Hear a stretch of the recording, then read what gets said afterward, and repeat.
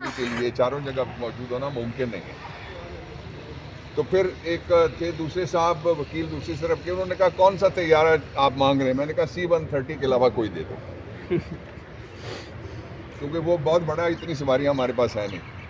جو اصل ایشو ہے وہ یہ ہے کہ مذاکرات وغیرہ یہ سب حکومت کی طرف سے ڈھکوسلا ہے. ہماری طرف سے پہلے دن سے سنجیدگی ہے کہ جو ایشوز ہیں اصل جب تک وہ ریزالو نہیں ہوتے, ان میں سے 2 تو ہم نے لکھ کے, جو پولیٹیکل پریزنرز ہیں ادر دین عمران خان, وہ اپنے کیسز خود لڑنا چاہتے ہیں.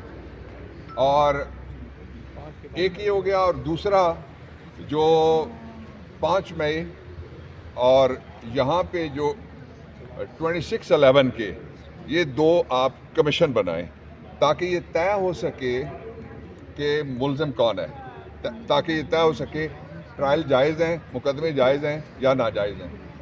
2 جو میں تیسری بات کہنا چاہتا ہوں آپ سے, وہ بہت ضروری ہے. وہ بات یہ ہے کہ اس حکومت کے دور میں مہنگائی کہاں پہنچی, یہ بھی پرانی بات ہو گئی. اس حکومت کے دور میں پاکستان کس قدر عالمی منظر سے غائب ہوا, وہ بھی بات پرانی ہو گئی. لوگوں کے حقوق نہیں ہیں, آئین نہیں ہے, وہ بھی بات پرانی ہوگی.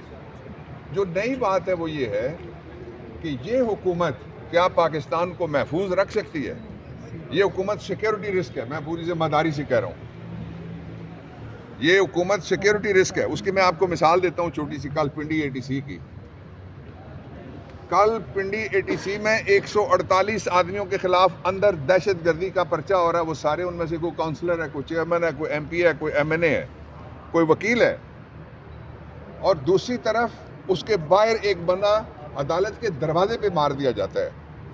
یعنی دہشت گردوں کو کھلی چھٹی ہے, یہاں بھی چھٹی ہے, بلوچستان کے بارڈر کے اوپر جو ہو رہا ہے اس کو بھی چھٹی ہے, اور جو مغربی بارڈر ہے ہمارا لگتا ہے جو KP میں, اس کی بھی چھٹی ہے. تو اس لیے اس طرح سے یہ ملک آگے نہیں چل سکے گا. اور ان کی عزت, کوئی وہ ٹیبل بک کرا رہا ہے وہاں پہ کہ میری فوٹو بن جائے, دوسرے وہ ہیں جو لگے ہوئے ہیں کہ کسی طریقے سے وہاں جو 20 تاریخ کا فنکشن ہے امریکہ میں, اس میں ہمارا جو وزیر خارجہ ہے اس کو بلا لیا جائے. یہ تو عزت ہے, یہ تو اوقات ہے, یہ تو حیثیت ہے ان مذاکرات کرنے والوں کی.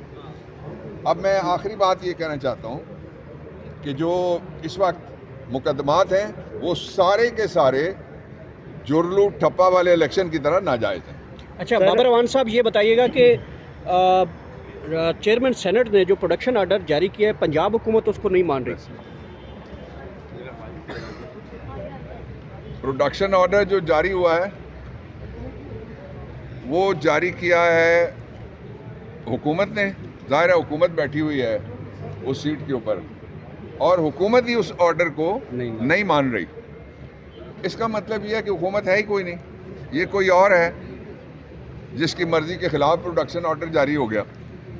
اور وہ نہیں چاہتا کہ ہمارے جو سینیٹر اعجاز چودھری ہیں وہ باہر نکلیں, لیکن وہ باہر انہوں نے آنا ہے انشاءاللہ العزیز. اس پہ ہم عدالت میں آ رہے ہیں. Thank you sir.